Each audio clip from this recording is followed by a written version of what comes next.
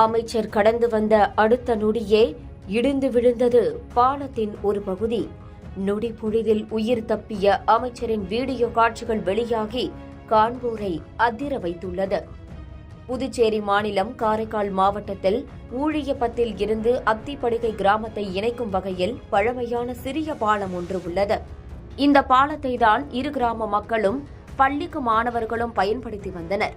இந்த நிலையில் கடந்த 3 நாட்களாக பெய்து வரும் தொடர் கனமழை காரணமாக தமிழகத்தில் இருந்து காரைக்கால் மாவட்டத்திற்கு செல்லும் அரசலாற்றில் நீர்வரத்து அதிகரித்துக் கொண்டே வருகிறது. இதனால் அத்திப்படுகை செல்லும் அந்த பாலத்தின் ஓரமாக அரிப்பு ஏற்பட்டது. இதனை ஆய்வு செய்வதற்காக புதுச்சேரி அமைச்சர் திருமுருகன் ஆய்வு மேற்கொண்டார். அப்பொழுது அந்த பாலத்தை கடந்து வந்தார். அவர் கடந்து வந்த சில வினாடிகளில் திடீரென பாலத்தின் ஓரம் ஒரு பகுதி இடிந்து விழுந்தது. இந்த சம்பவத்தில் அமைச்சர் திருமுருகன் மற்றும் அவரது உதவியாளர்கள் நூலிழையில் உயிர் தப்பினர். இதனால் ஊழியப்பத்து அத்திப்பட்டிகை கிராம மக்களின் போக்குவரத்து துண்டிக்கப்பட்டது.